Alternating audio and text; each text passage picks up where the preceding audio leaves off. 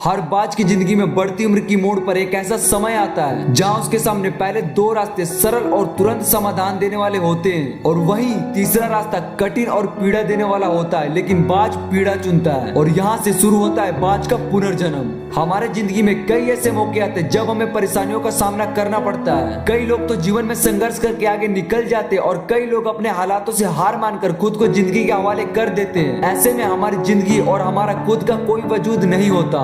दुनिया उसे सलाम करती है जो अपने कमाल खुद लिखते हैं। सिर्फ इंसान में ही नहीं बल्कि कुदरत में हर प्राणी के साथ ऐसा होता है। तो आइए जानते हैं बाज के जीवन से जुड़ी आश्चर्यजनक किंतु ऐसा सत्य जो हम सबको प्रेरणा देगा।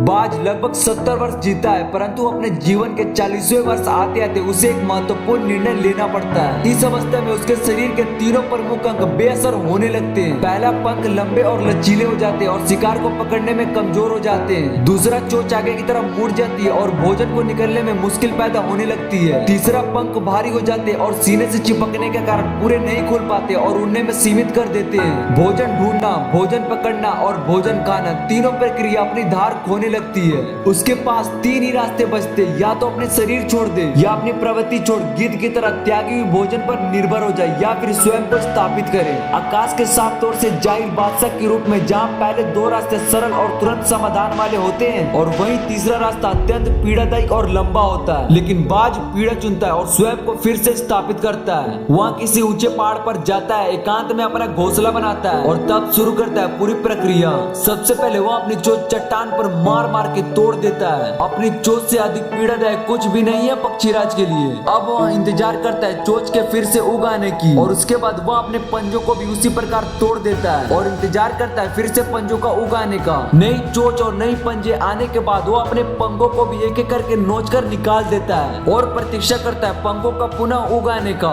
150 दिन तक पीड़ा और इंतजार, तब उसे मिलती है वही भव्य और ऊंची उड़ान। इस पुनर्स्थापित के बाद ऊर्जा, सम्मान और गरिमा के साथ 30 साल और जीता है। आपने कई बार ये सुना होगा कि भगवान उसी की मदद करता है जो अपनी मदद खुद करता है। आज आपको इसकी मिसाल मिल गई होगी कि जैसे बाज संघर्ष करता है 150 दिन तक और भगवान उसका संघर्ष बेकार नहीं जाने देते हैं। उसे नई जिंदगी देकर कुदरत में सिखाने बैठी है। जैसे पंजे पकड़ के प्रतीक है, चोंच सक्रियता की और पंख कल्पना को स्थापित करते हैं। हम में भी 40 तक आते आते इच्छा, सक्रियता और कल्पना तीनों के तीनों निर्बल पड़ने लगते हैं। हमारा व्यक्तित्व ही ढीला पड़ने लगता है। आधे जीवन में जीवन खत्म होने जैसा लगता है। उत्साह, आकांक्षा, ऊर्जा नीचे की ओर जाने लगती है। हमारे पास कई विकल्प होते हैं, कुछ सरल और कुछ पीड़ादायक। हमें भी अपने जीवन के मजबूरी भरे अतिल चिड़ेपन को त्याग कर काबू दिखाना होगा। बाज की पंखों की तरह हमें भी आकाश में पैदा होने वाली वक्र मानसिकता को त्याग कर ऊर्जा भरी सक्रियता दिखानी होगी। बाज की चोंच की तरह हमें भी भूतकाल से जकड़े अस्तित्व से भारीपन को त्याग कर कल्पना की आजाद उड़ाने भरनी होगी। बाज की पंखों की तरह 150 दिन तक ना सही 1 महीने ही बिताया जाए स्वयं को दोबारा स्थापित करने में। जो शरीर और मन से चिपका हुआ है उसे तोड़ने और नोचने में पीड़ा तो होगी, तब जाके उड़ान भरने के लिए तैयार होंगे।